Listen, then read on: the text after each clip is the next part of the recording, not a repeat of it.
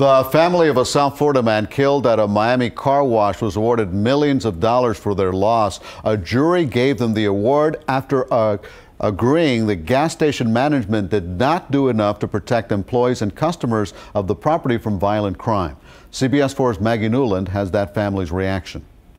I just really don't want this to happen to another family. Zarita Snell says the $5.7 million verdict is justice, but the pain of losing her only son remains raw. He was so full of life, so happy, and for it to happen the way that it did, I'm just stunned. 24-year-old Trenard Snell was shot and killed in 2009 while running a car wash outside a Liberty City gas station with a history of violent crime. In fact, it ranks in the top 3% of all gas stations in the United States of America in terms of the risk of robbery at this gas station. Snell's lawyers say the operator of the gas station did nothing to warn Snell of the dangers when he wanted to put the car wash, a cash business, on the property. On June 9, 2009, to put it simply, Trenard Snell was a sitting duck. He was put in the line of fire by a gasoline station operator, and during a robbery of the cash that was out there at that car wash, he was shot in an armed robbery and killed. The tragedy of this case is that it was incredibly preventable. The shooting left 2 children without their dad, a son Trenard adored. Loved his son. Everywhere he went, he had that boy with him. If he wasn't working, everywhere he went. And a daughter he never got the chance to meet. She was born after her father died. I can't bring back my son, but I can do the best I can and show my grandchildren love. Zarita Snell says her son started working here after he was laid off for another job because he wanted to provide for his family. He was killed after working here just 2.5 months. The lawyers for the Snell family says suspects are in custody awaiting trial. In Liberty City, Maggie Newland, CBS 4 News. A domestic dispute in Hollandale Beach turned deadly when a man shot his girlfriend and then killed himself. This all happened in the early hours of the morning.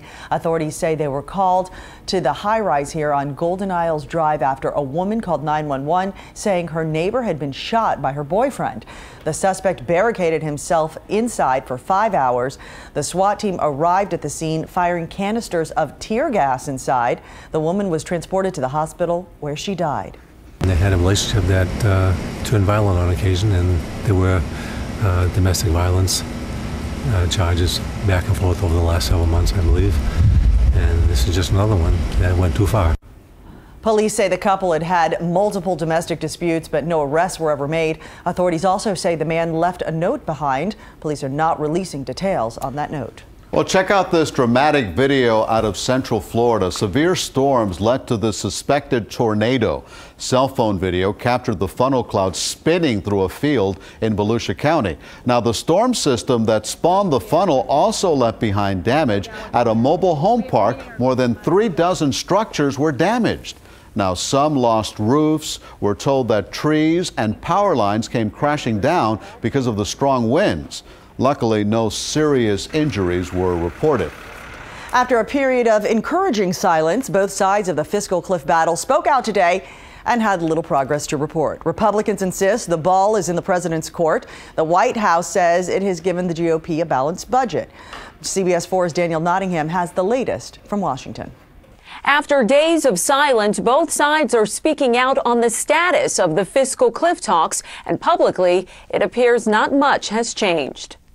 Opening the House session Tuesday, Speaker John Boehner said President Obama must deliver specific spending cuts to avoid the fiscal cliff. Right now, the American people have to be scratching their heads and wondering, when is the president going to get serious?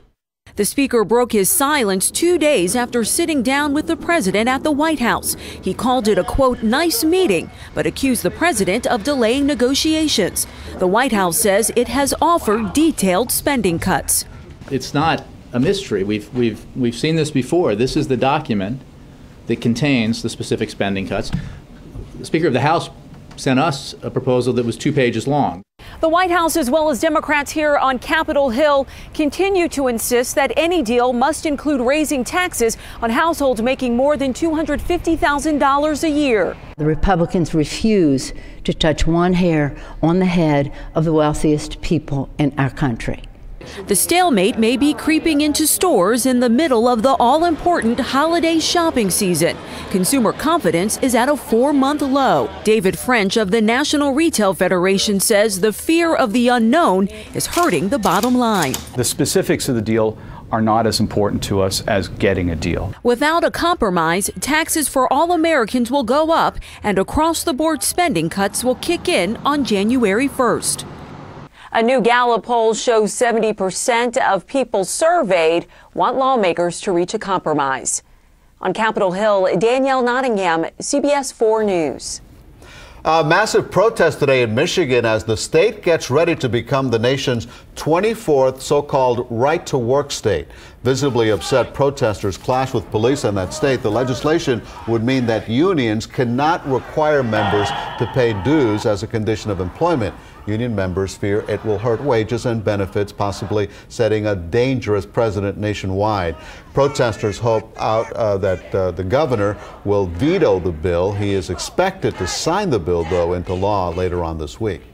Big news tonight from Miami-Dade County schools. They will receive $30 million from the federal government as part of the Race to the Top competition. 16 school districts received $400 million. Miami-Dade Public Schools was the biggest district selected and the only one in Florida. The 4-year grants range from $10 million to $40 million depending on how many students are in each district. Broward County Schools did apply for the grant, but they were not awarded any money. At least some good news there for Dade County. Very good. Absolutely. Kids and kidney stones. It happens more than you think, and I'm going to show you what's behind this problem in about 15 minutes. We could soon know where Mona Lisa's smile comes from, the discovery that could change history, coming up. And he was captured monkeying around in a parking lot. Cute little guy. He quickly became an internet sensation. Now the owner of this fashionable primate is making a play to get him back. We'll also have this. Hey, take a look at this ball of fur. What is it? How did it get to the South Florida Wildlife Center? I'm Ted Scout, and I'll have all the details for you coming up on CBS 4 News. And I'm meteorologist Jeff Baradelli. It was a steamy day across South Florida, mainly dry, but now we have some showers and thunderstorms firing up in the Everglades. Are those storms in our future? I'll have your forecast coming right up. And Florida Secretary of State visits election headquarters in Doral to find out what needs to be done to prevent another Election Day fiasco. That's all new at 6.